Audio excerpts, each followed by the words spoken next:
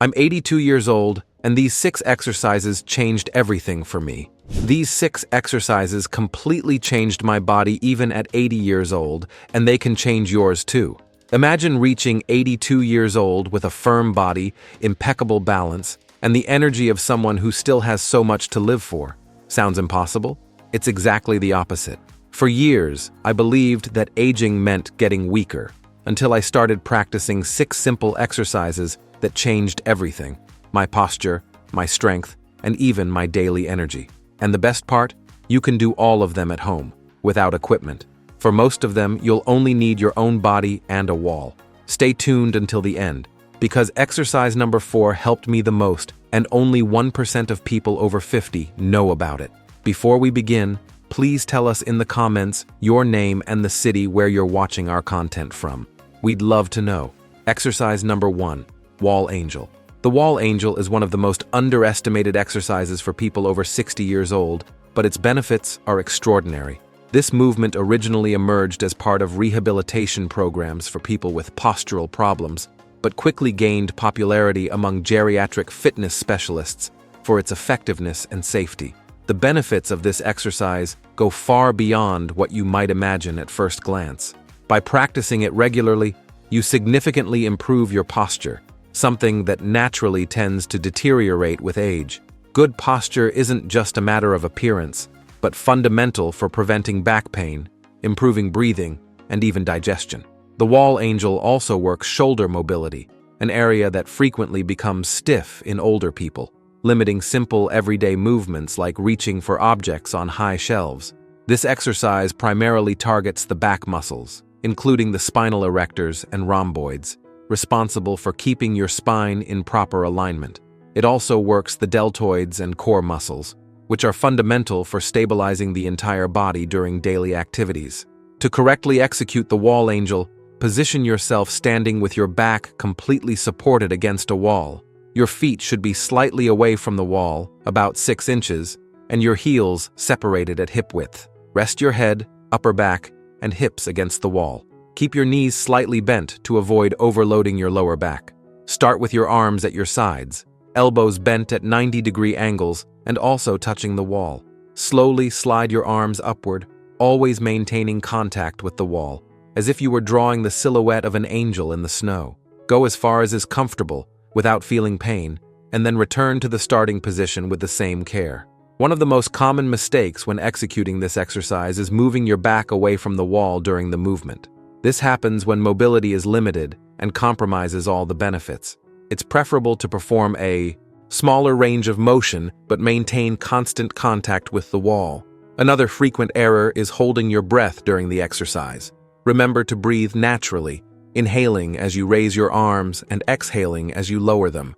The Wall Angel exercise is contraindicated for people with acute shoulder or spine injuries. If you feel any sharp pain, stop immediately and consult a physical therapist or doctor. People with severe osteoporosis should also consult a healthcare professional before starting this exercise. Exercise number 2, calf stretch on the wall. The calf stretch on the wall is a simple but incredibly effective exercise that many older adults don't know about. This technique has roots in physical therapy and rehabilitation, being widely recommended to improve ankle mobility and prevent falls, one of the greatest risks for people over 60 years old. The benefits of this exercise are surprising for overall health. Strong and flexible calves are essential for stable gait and balance. When calves are shortened or stiff, the risk of tripping increases significantly. Additionally, this stretch improves circulation in the legs, reducing swelling and the feeling of heaviness in the lower limbs, a common problem in older people. A study published in the Journal of Geriatric Physical Therapy showed that older adults who performed regular calf stretches had up to a 30% improvement in stability during walking. To correctly execute the calf stretch on the wall, stand facing a wall approximately 1 arm's distance away. Place your hands on the wall at shoulder height for support. Take a step forward with one leg, keeping the knee slightly bent. The other leg should remain extended back, with the heel completely supported on the floor. Keep the back foot pointing forward, don't let it rotate outward. Slowly lean forward, pushing your hips toward the wall, until you feel a comfortable stretch in the calf of the leg that's behind. The knee of the extended leg should remain straight, but not locked. Common mistakes include not keeping the heel of the extended leg on the ground, which compromises the effective stretching of the calf. Another frequent error is rotating the foot outward, which can put undue pressure on the knee. Also observe that you're not arching your lower back. Keep the core engaged to protect your spine. The calf stretch on the wall is generally safe, but is contraindicated for people with severe instability in the ankles or knees. If you have a recent history of Achilles tendon injuries, consult a healthcare professional before starting. People with diabetic neuropathy should also be cautious and always perform the exercise under supervision, as they may not adequately feel if they're stretching too much. Exercise number 3, wall squat. The wall squat, also known as wall sit, is an extraordinary isometric exercise that revolutionized my stability and strength at 82 years old. This exercise originated in alpine skier training, who used it to develop leg endurance. Today, it's widely recognized as one of the best strengthening options for older adults due to its safety and effectiveness. The benefits of the wall squat are exceptional, especially for people in their senior years. First, it strengthens the main leg muscles without impact on the joints, a crucial factor for those who suffer from arthritis or osteoporosis. Furthermore, being an isometric exercise, it significantly improves muscle endurance, essential for activities like climbing stairs or getting up from chairs. The wall squat also enhances proprioception, the body's ability to perceive its position in space, drastically reducing the risk of falls in older people. This exercise primarily works the quadriceps, but also actively engages the glutes and posterior thigh muscles. The core is constantly activated to maintain postural stability during the exercise, also strengthening the abdominal and lower back muscles. To correctly execute the wall squat, position yourself standing with your back completely supported against a wall. Your feet should be approximately 12 to 18 inches away from the wall, separated at hip width.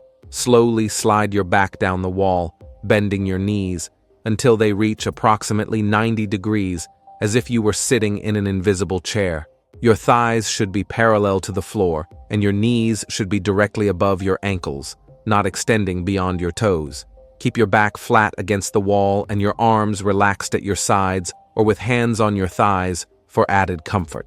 Maintain the position for the recommended time, breathing normally. A common mistake when performing this exercise is allowing the knees to extend beyond the toes, which places excessive stress on the knee joints. Another frequent error is not descending to 90 degrees, which reduces the exercise's effectiveness. Some people also make the mistake of holding their breath during the hold, when they should breathe continuously and naturally. The wall squat is contraindicated for people with acute knee or hip injuries. Individuals with severe arthritis in these joints should start with a shorter hold time and consult a physical therapist before progressing. If you feel any sharp pain in your knees during the exercise, stop immediately and review your technique or consult a healthcare professional. Exercise number 4, wall push-up. The wall push-up is a transformative exercise that has become an essential part of my routine at 82 years old. This movement is an adaptation of the traditional floor push-up, developed specifically for people who need a more accessible, yet equally effective version. It's an ancestral exercise that has been refined over time by physical therapists and rehabilitation specialists. The benefits of the wall push-up are extraordinary, especially for people in their mature years. First, it strengthens the upper body, a region that naturally loses muscle mass with aging, affecting everyday tasks like carrying groceries or hugging grandchildren. Additionally, this exercise significantly improves posture, combating the typical pattern of drooping shoulders and curved spine that many develop with age.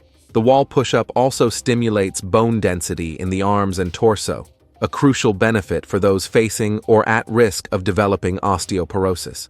This exercise primarily works the pectoral muscles, triceps, and anterior deltoids. Secondarily, it engages the core muscles for stabilization, including the abdominals and spinal erectors. The serratus anterior, an often neglected muscle, is also activated, helping to keep the scapula in proper position during arm movements. To properly execute the wall push-up, position yourself facing a sturdy wall At a distance of one outstretched arm, place your hands on the wall at shoulder height, slightly wider than shoulder width apart. Your fingers should point upward. Keep your feet hip width apart and your body in a straight line from head to heels. Slowly bend your elbows, bringing your chest toward the wall while keeping your body rigid like a plank. The movement should be controlled, and you should approach the wall until you feel the work in your chest and arm muscles without compromising your posture. Then, push yourself back to the starting position with the same controlled speed. A common mistake in the wall push-up is letting the hips drop forward or backward, losing body alignment. Another frequent error is not getting close enough to the wall, performing too small a movement that doesn't adequately challenge the muscles. Many people also position their hands too high or too low on the wall, which changes the muscles being worked and can cause shoulder discomfort. The wall push-up is contraindicated for people with acute injuries to the shoulders, elbows, or wrists. Individuals with rotator cuff syndrome should also exercise caution and possibly consult a physical therapist before incorporating this exercise. If you feel any sharp pain, stop immediately and review your technique or consult a professional. Exercise number 5, glute bridge. The glute bridge is a fundamental exercise that transformed my lower body strength and lumbar stability. This movement has origins in physical rehabilitation and Pilates, being widely adopted by geriatric fitness specialists due to its safety and extraordinary effectiveness in strengthening the posterior chain. The benefits of the glute bridge are exceptional for people over 60. First, it strengthens the glutes, muscles that tend to significantly weaken with age, a phenomenon known as gluteal amnesia. Weak glutes directly contribute to back pain, walking difficulties, and increased risk of falls. By strengthening these muscles, you improve your functional capacity for activities like climbing stairs, getting up from chairs, and maintaining upright posture. Additionally, the glute bridge strengthens the lower back muscles in a safe way, without excessive compression of the spine, crucial for those who have lumbar pain issues. This exercise also improves hip mobility, frequently restricted in older people, and helps correct anterior pelvic tilt, a postural deviation common with aging. This exercise primarily works the gluteus maximus, the largest and most powerful muscle in the human body. It also actively engages the posterior thigh muscles and the spinal erectors. Secondarily, it activates the hamstrings, abdominal muscles, and pelvic stabilizers. To correctly execute the glute bridge, lie on your back on a mat or padded surface. Bend your knees and position your feet on the floor, separated at hip width and at a comfortable distance from your bottom, usually about 6 to 8 inches. Your arms should be extended at your sides, palms facing down. Contract your abdomen slightly to stabilize your lower back. Next, press your heels against the floor and raise your hips until forming a straight line from your shoulders to your knees. The movement should be initiated by the glutes, not the lower back. Maintain the elevated position for 2 to 3 seconds, really feeling the contraction of the glutes, and then slowly lower your hips back to the floor. A common mistake when performing this exercise is excessively arching the lower back, which transfers tension from the glutes to the lumbar region, potentially causing discomfort. Another frequent error is raising the hips too high, exceeding the ideal body alignment. It's also common to see people performing the movement too quickly without obtaining adequate glute contraction. Remember that quality beats quantity. The glute bridge is generally a safe exercise, but is contraindicated for people with acute lower back or hip injuries. Individuals with herniated disc or severe spinal stenosis should consult a healthcare professional before starting this exercise. If you feel any sharp pain in the lower back region during the movement, stop immediately and review your technique or consult a physical therapist. Exercise number 6, plank. The plank is a revolutionary exercise that completely transformed my core stability and posture at 82 years old. This movement has origins in traditional yoga and martial arts, later being adopted and refined by modern physical therapy and functional training. It's considered by many specialists the most complete exercise for core strengthening. The benefits of the plank are extraordinary and particularly relevant for older people. First, it strengthens all the core muscles in an integrated way, without impact on the joints, crucial for those who have conditions like arthritis. This core, Strengthening drastically improves posture, relieving lower back pain that frequently accompanies aging. The plank also increases overall body stability, fundamental for preventing falls and improving balance. A frequently overlooked aspect is that the strong core developed with planks also improves basic functions like breathing and digestion, since these systems depend on adequate abdominal and thoracic muscles. This exercise works an impressive set of muscles simultaneously. The main ones are the rectus abdominis, transverse abdominis, and obliques, forming a natural corset around the spine. Also intensely recruited are the spinal erectors, scapular stabilizing muscles, glutes, and quadriceps. In fact, the plank engages more than 20 different muscles in isometry, making it extremely efficient. To correctly execute the plank, start lying face down on a mat or comfortable surface. Support your forearms on the floor, with elbows aligned exactly under your shoulders. Your forearms should point forward, and your hands can be flat or in a fist, depending on what's most comfortable for your wrists. Contract your core and lift your body, supporting yourself on your forearms and the balls of your feet. Your body should form a straight line from head to heels, neither arched down nor elevated in the middle. Keep your neck neutral and glutes slightly contracted. Breathe normally and maintain the position for the determined time. A common mistake in executing the plank is letting the hips drop too low, arching the lower back, which can cause back pain. Equally problematic is raising the hips, forming a triangle with the body, which significantly reduces core activation. Another frequent error is forgetting to breathe naturally, holding the breath, which unnecessarily increases intra-abdominal pressure. The plank is contraindicated for people with severe uncontrolled hypertension, as isometric exercises can temporarily raise blood pressure. It should also be avoided by those who have untreated umbilical or inguinal hernia.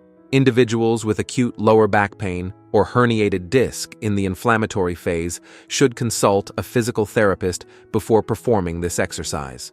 Bonus exercise: Farmer's Walk. The Farmer's Walk is an extraordinary exercise that perfectly complements our strengthening routine. This functional movement originated in everyday tasks performed in the countryside, where farmers frequently needed to carry weights while walking long distances. It was adapted for modern training by functional strength specialists who recognized its immense practical value.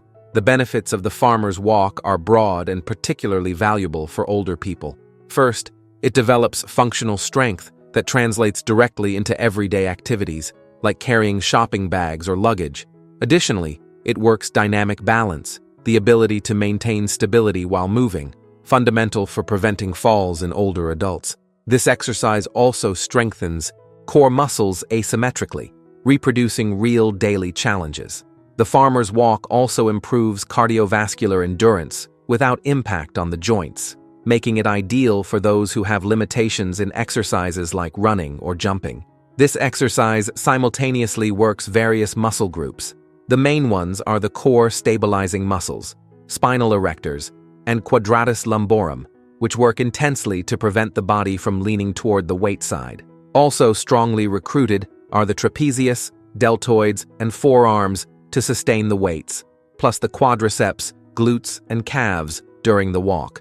To correctly execute the Farmer's Walk, start standing with feet separated at hip width. Hold a weight in one hand at your side. The arm should be extended, with the elbow slightly bent to avoid overloading the joint. Keep your shoulders level and core engaged.